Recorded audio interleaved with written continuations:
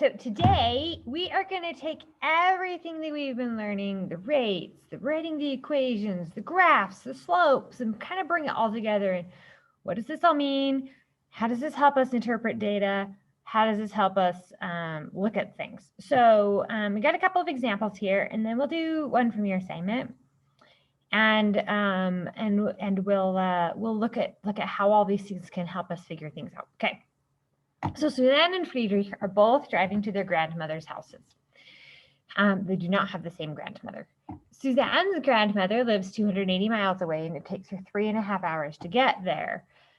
Friedrich's grandmother lives 50 miles away, and it takes him 45 minutes to drive there.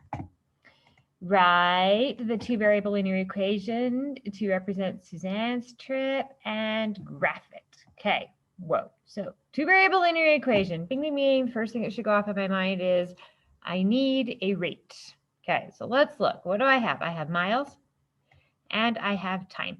So I'm going to have miles per hour. Let's double check that my time is in hours. My time is in hours. So miles per hour is going to work. So if I say my rate is going to be the distance that she drove, which is 280 miles, divided by 3.5, so that's 3.5 hours. How many miles per hour is she going? So this is not math that I choose to do in my head. So I'm just going to pop over to my friend, the calculator. 280 divided by 3.5 is 80. She's going 80 miles an hour. Ladies, booking it down the freeway. Go, Suzanne. 80 miles per hour. So we need a two variable linear equation. So distance was on top, distance is we're producing miles in a trip, right? So distance is in the numerator, so distance is going to be on the left. Distance equals the rate, which is 80, times the time. Okay, now I need to graph it. So I'm going to have time on the x-axis. Whatever is on the left, on the right goes on the x-axis, on the left goes on the x-axis, or the y-axis. This is our independent variable and our dependent variable. Time is going to keep marching whether or not you're driving, but whether or not you're driving depends on how much time has passed or how far you drive. And then this is distance. So I know that y equals mx plus b. D is my y-axis, time is my x-axis, okay? So I equals mx plus b. So m is going to be 80, this is m, and I don't have a plus b. That means that it's 0. If it's not there, it's invisible, and we have an invisible 0. So I'm going to draw my first point at 0. That means that at time equals 0, he hasn't gone anywhere. Now, sometimes we start the clock after we've gone for a little bit. Maybe we get a head start, maybe we forget, and we start it late. So then we would have, like if we've already gone 15 miles, we'd have 80t plus 15. But he hasn't gone any distance, so time is 0. So now my slope is 80. It's 80 over 1. Remember, a whole number is just a fraction over 1. So I'm going to go, my rise over run is 80 over 1. So 20, 40, 60, 80, and 1. Boop. 20, 40, 60, 80, and 1. Boop. 20, 40, and I can't go anymore. I'm falling off the graph. But that's okay, because I can just draw this line. I really only need 2 points for a line. I made 3. Oh, goodness. I did not put that in line mode. Goodness, goodness, goodness. Okay. Let's put it in line mode. Oh, that looks so much better. All right, so there's the graph. There's the graph showing how fast Suzanne is driving. There's her equation. There's everything that we need. All right, now let's move on to Friedrich. So Friedrich is going to be in green. And he lives his grandma lives 50 miles away, and it takes him 45 minutes to drive there, and we have a problem. You guys see the problem? It's 45 minutes, whereas, and there's my ringtone, 45 minutes, but we need it in hours. So how many hours are in 45 minutes? So I can do that just off the top of my head, but not everybody can. So let's show you. 45 minutes divided by 60 minutes in an hour.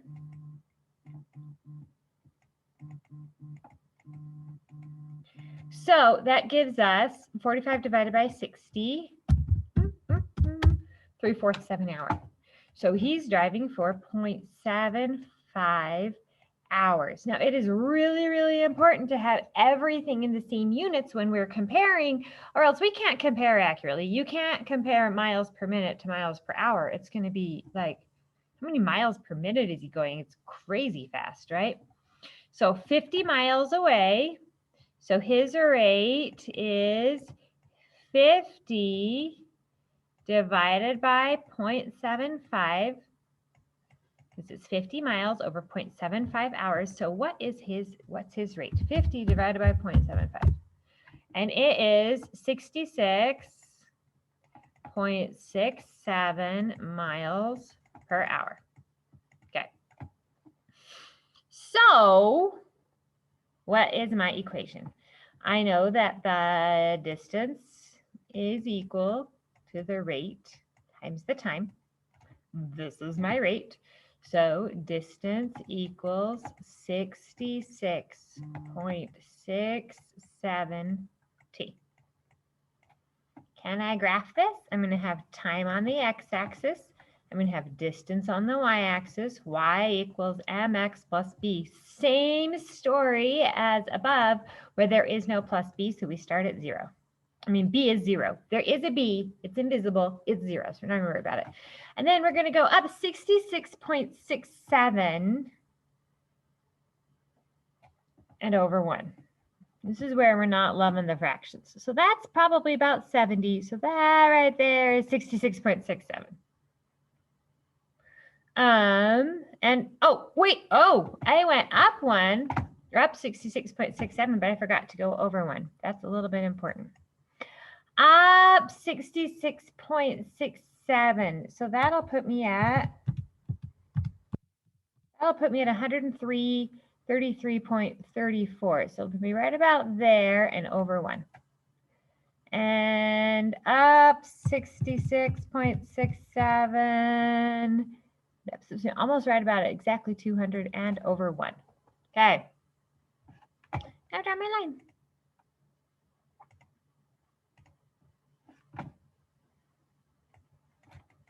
Oops, I don't want it to be green. So this is kind of subtle, but let's look at these graphs. Which one is steeper? If we had a teeny tiny little Mrs. Barlow, which graph would be steeper? This graph is steeper, and if we look at the rate, this lady's going 80 miles an hour, and this dude is going 66.67 miles an hour. Who's going faster? Well, Suzanne is going faster, and we can tell because the rate is higher. Her speed's higher. The graph is steeper. So down here, what do the slopes of the graphs represent? They represent their rate,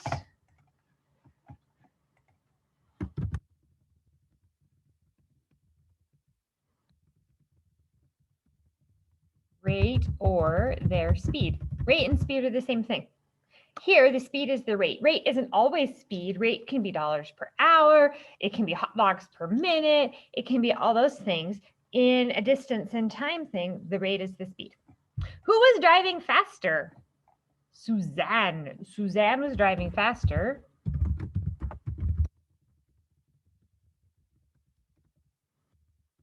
And how do I know? Because her rate was higher.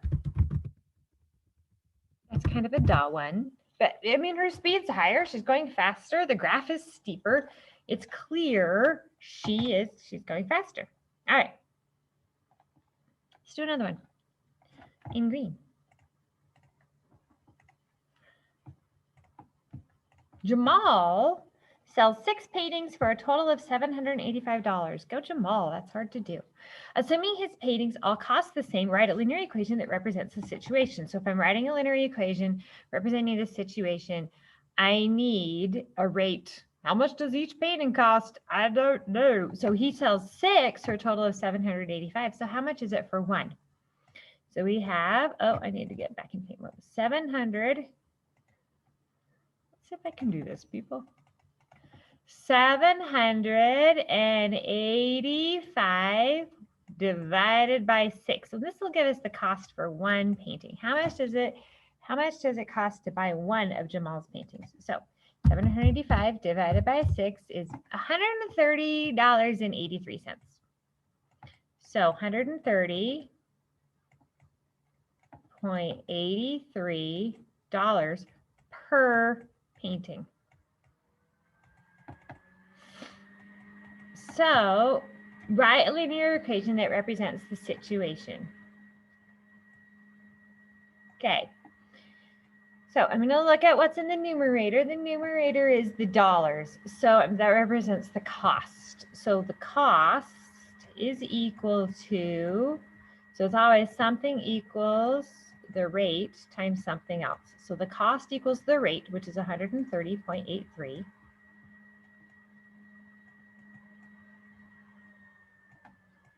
Times the number of paintings that he sells. I'm going to call it N for the number of paintings. You could call it P for paintings. These variables, you can choose your variables, right? So the cost is 130.83 times N. So if I go to Jamal, I'm like, Jamal, you're an amazing artist. I must have 10 of your paintings. Well, I just substitute 10 in for N and I say, okay, 130.83 times 10. And I'm going to be spending, oh my goodness, $1,308 on Jamal's paintings. Guess what? I'm not going to do that. But I could if Jamal was there and I loved his paintings and I had $1,308, which I do not. So there's the two variable linear equation. Okay. Remember that 130.83 is the rate. It's the cost of the painting, the rate that they're going for. What's the going rate on Jamal paintings? Well, it's $130.83. So then we have Juan's paintings. Juan is also selling paintings and his paintings are also equally priced because not all artists' paintings are equally priced, but here they are. So the first thing we need to do is rip in the value. And it just says, this just tells us a table and it says whose paintings are more expensive. We're not even coming up with an equation for Juan's paintings. We're just looking at this table and going, how much do your paintings cost?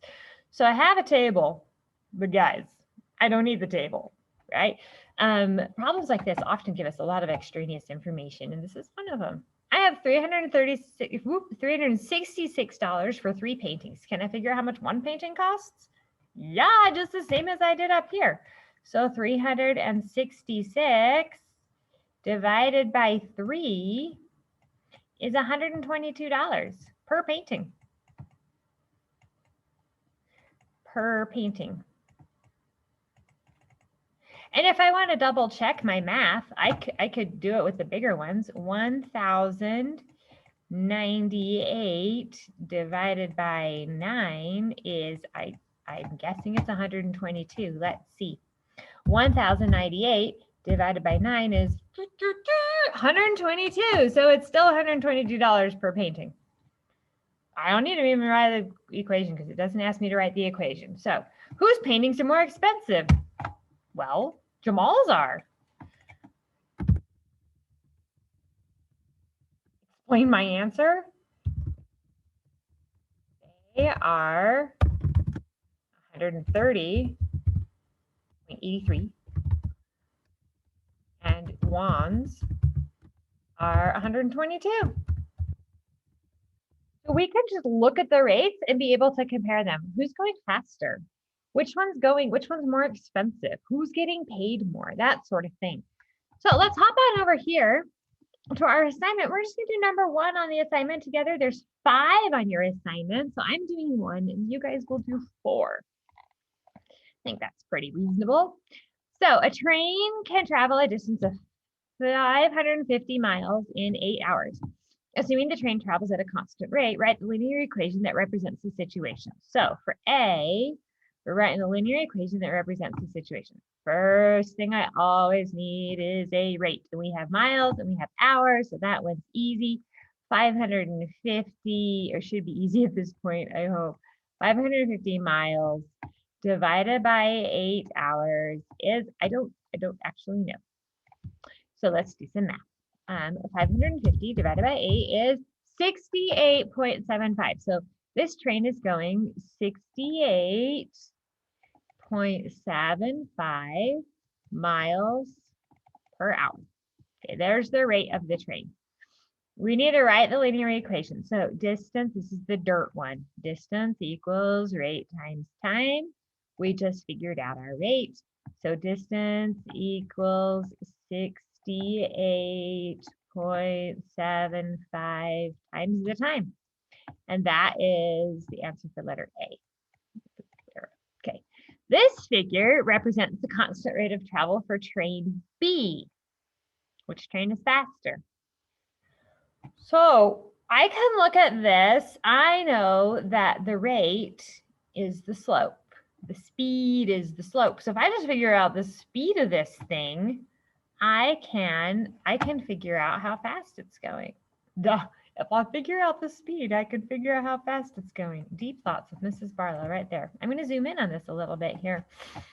So we have a point here, right here. Do you see it? I want to get a nice, happy, pretty point because I don't know what point that is. I don't know what point that is. I don't know, but there is 200, 3 or 3, 200. So I know that in 3 hours, this train travels 200 miles, right? So it says time in hours and distance. So I can figure out the rate. Now there's 2 ways I can figure out this rate. We'll do it the more mathy way. We've got to point at 0, 0. But let me show you something here. I mean, so it travels, because we start at 0, it travels 200 miles in 3 hours. Right? So, but I also, if I do y2 minus y1 over x2 minus x1, it really gives me the same thing because y2 is 200 minus y1 is 0. And then x2 is 3 and x1 is 0.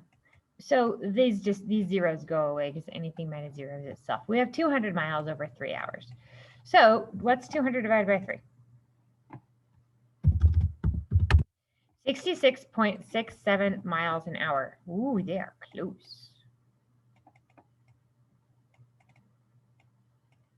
Miles per hour. Okay. Which train is faster? Explain. Train A is faster, just a little bit, but it's faster. So train A is faster.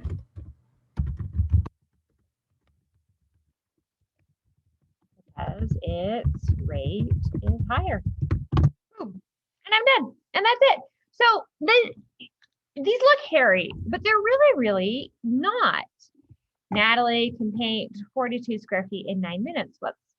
And she's painting at a constant rate. Let's write the linear equation. Got to find the rate, put it into the equation. And then we figure out the rate that Stephen is painting and who paints faster. Bianca can run 5 miles in 43 minutes. Oh, and look at this, the units are even the same. We have miles and minutes, we have miles and minutes, okay? So we are going to write the linear equation for Bianca's running. Don't just find the rate, write the whole equation. But then we've got Cynthia's rate. We only need Cynthia's rate. Looks like she's running a 7 mile minute.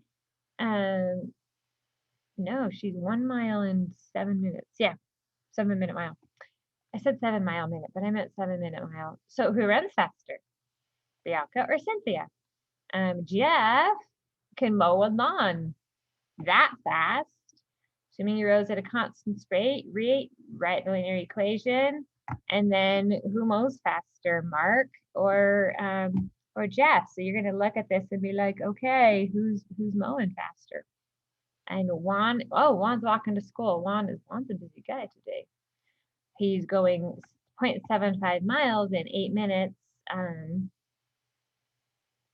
Juan's walking kind of fast. Go on.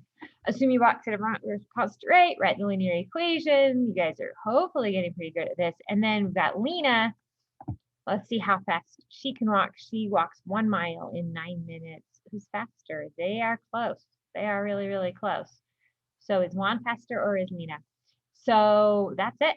That's it. That's it. And then tomorrow we're gonna start reviewing for a test. Like this is getting real. So we're about done with this unit. Let me know if you have any questions. Let me know if you have any problems. I'm here to help. But good luck. Bye.